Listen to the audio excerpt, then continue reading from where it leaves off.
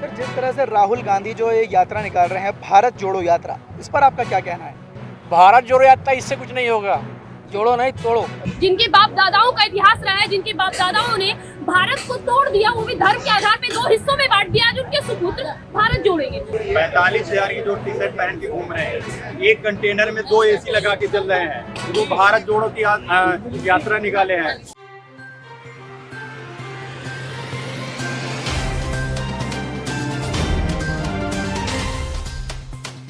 नमस्कार, मैं अभिराज और आप देख रहे हैं द भारत नाउ। इस वक्त हम मौजूद हैं दिल्ली की धड़कन कनॉट प्लेस में। आपको बता दें कि भारत की सबसे पुरानी राजनीतिक पार्टी कांग्रेस जो इन दिनों भारत की राजनीति से लगभग विलुप्त हो चुकी है, वही कांग्रेस जो एक वक्त पे भारत पे एक छत्र राज किया करती थी, लेकिन आज किसी भी जगह पर अगर चुनाव होते हैं, भले ही वो विधानसभा चुनाव की बात हो, लोकसभा चुनाव की बात हो, तो हर जगह कांग्रेस का हारना तय होता है। जीते भले कोई, लेकिन ये बात तय होती है कि कांग्रेस के पाले में कोई भी सीट नहीं आने वाली। इसी चीज़ को बचाने के लिए और कांग्रेस को विलुप्त होने से बचाने के लिए राहुल गांधी ने निकाली है भारत जोड़ो यात्रा, जो कि कन्याकुमारी से लेकर कश्मीर तक जाएगी।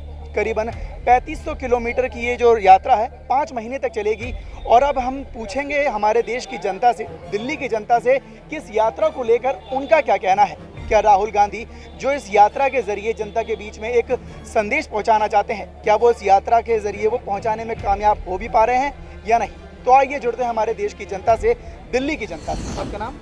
ललित मालकोटी। सर, जिस तरह से राहुल गांधी जो ये यात्रा निकाल रहे हैं, भारत जोड़ो यात्रा, इस पर आपका क्या कहना है? अच्छी बात है, निकालें, यात्राएं निकालें। तो बहुत पहले से यात्राएं निकालनी चाहिए थी, उसने बहुत लेट कर दिया अपने आप को यात्रा निकालने में। जैसे इतना लेट का होने का कारण है कि उनके बड़े बड़े साथी पुराने योग्य निकल के चले गए उनकी पार्टी से। देखिए, सबसे पहली बात मैं आपको बता दूं, भारत कभी टूटा हुआ नहीं था। ऐसा नहीं है कि भारत अपने में ही खंडित है, लेकिन जिनके बाप दादाओं का इतिहास रहा है, जिनके बाप दादाओं ने भारत को तोड़ दिया, वो भी धर्म के आधार पे दो हिस्सों में बांट दिया, आज उनके सुपुत्र भारत जोड़ेंगे। ये कहीं ना कहीं एक मजाक का शब्द लगता है, एक मजाक। जिन्होंने 70 साल से भारत को तोड़ने का काम किया है, आज उनके सुपुत्र और जनाधारी, अपने आप को जनाधारी भी बताते हैं चुनाव के समय में, वो आज भारत जोड़ने की बात कर रहे हैं। तो ये मजाक से बढ़कर और कुछ नहीं है। इनके कहने ना कहने से भारत जुड़ेगा नहीं। और दूसरी नंबर बात, भारत टूटा नहीं है। आज भी कुछ बात होना है तो पूरा भारतवासी एक साथ खड़ा होता है।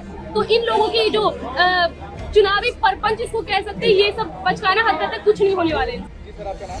मेरा नाम निखिल कुमार शर्मा है।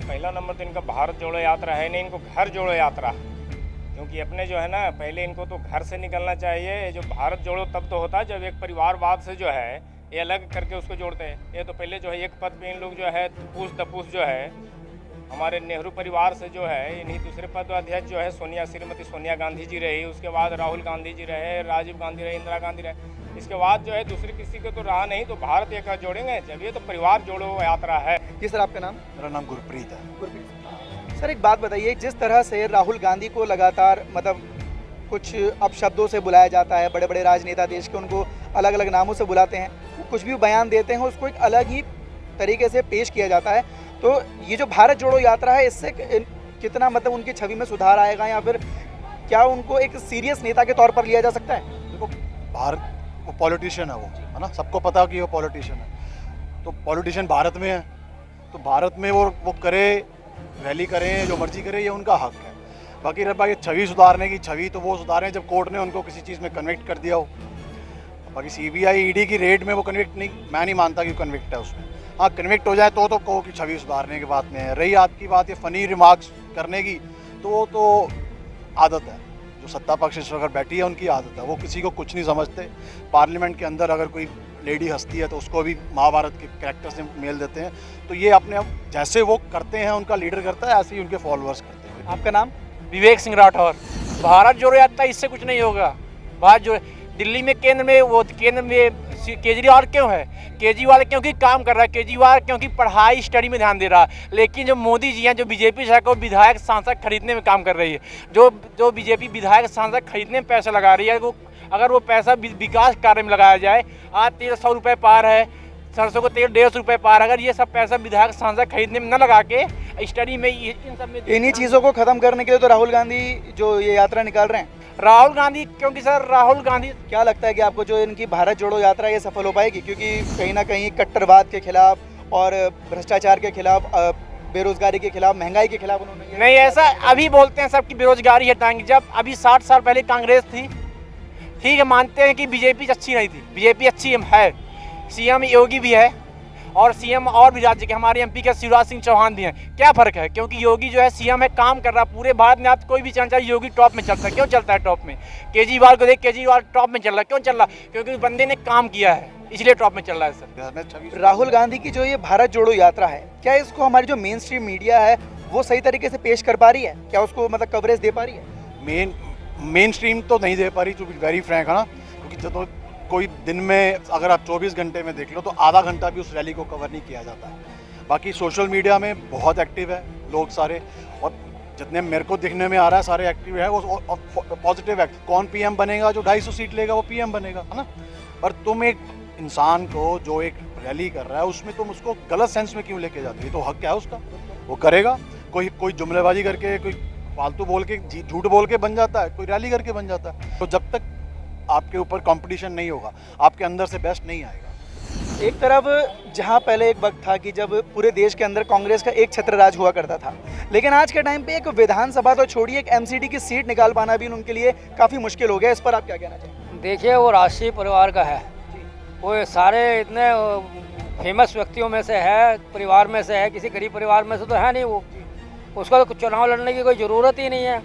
और चुनाव ऐसी जगह से लड़ेगा जहाँ पर उनको पता है कि वो जीत के आराम से आ जाए, आसानी से जीत के आ जाए, जो उसका प्रतिरोध ही कोई करने वाला ना हो। तो भाई सोने के चम्मच में खाने वाले कहाँ जाके नगर निगम का चुनाव लड़ेंगे?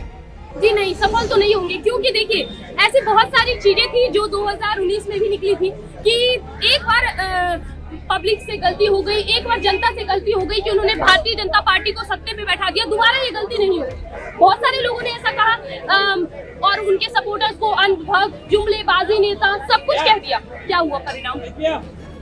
जीते ना। क्या लगता है आपको इस यात्रा का राहुल गांधी को फायदा मिलेगा?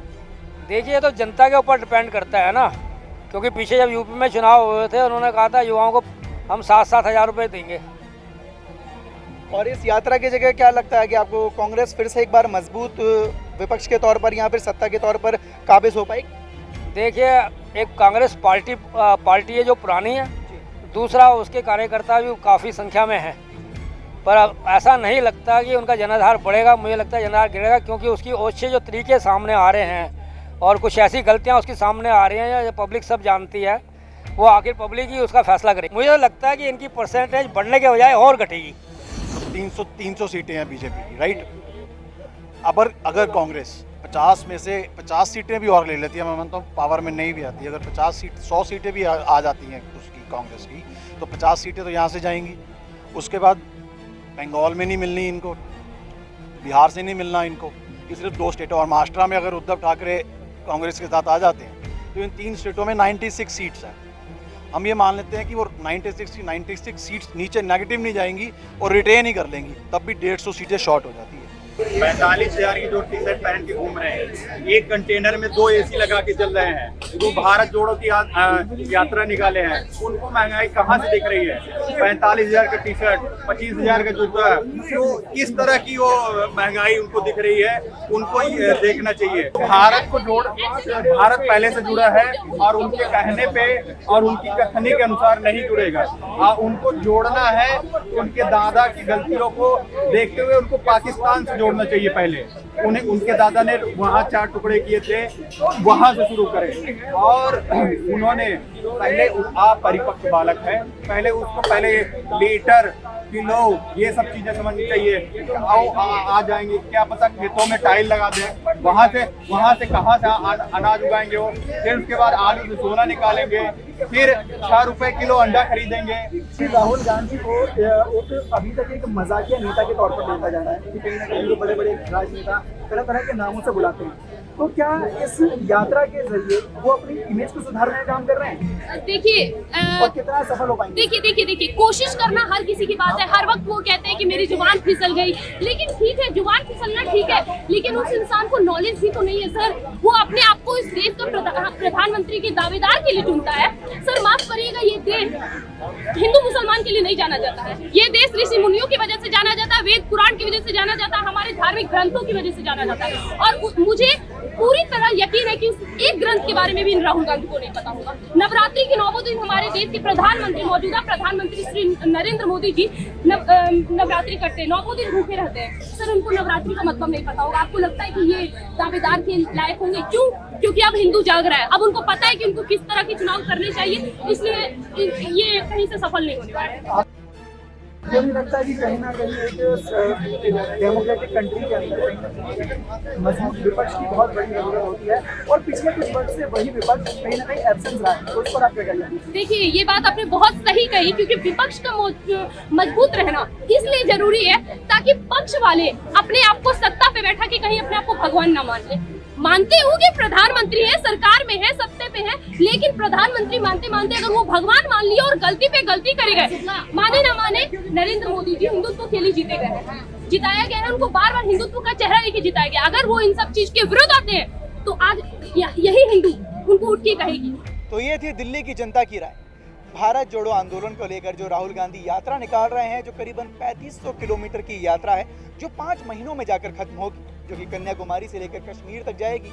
लेकिन 5 महीने बाद ही पता चल पाएगा कि इस यात्रा का जो एक मकसद है, जो भी मुद्दे लेकर वो जनता के बीच में जाना चाहते हैं, क्या उन्हें उन मकसद को, उस सोच को क्या राहुल गांधी इस यात्रा के जरिए जनता तक पहुंचा पाएंगे, ये तो यात्रा खत्म होने के बाद ही पता चल पाएगी। लेकिन फिलहाल इस मामले पर और इस यात्रा को लेकर, इस आंदोलन को लेकर दिल्ली की जनता, देश की जनता क्या सोचती है, ये आपको पता चल ही गया होगा। इस बीच अगर आप भी कुछ ऐसे मुद्दों को लेकर जनता की राय जानना चाहते हैं और आप चाहते हैं कि इस मुद्दे पर आप हम लोगों को रूबरू कराएं, आपको रूबरू कराएं, तो अपने सवाल जवाब जो भी हैं आपके सवाल कमेंट बॉक्स में कमेंट करके ज़रूर बताएं। उन मुद्दों को हम जनता तक लेकर ज़रूर जाएंगे, और देखते रहिए द भारत नाउ।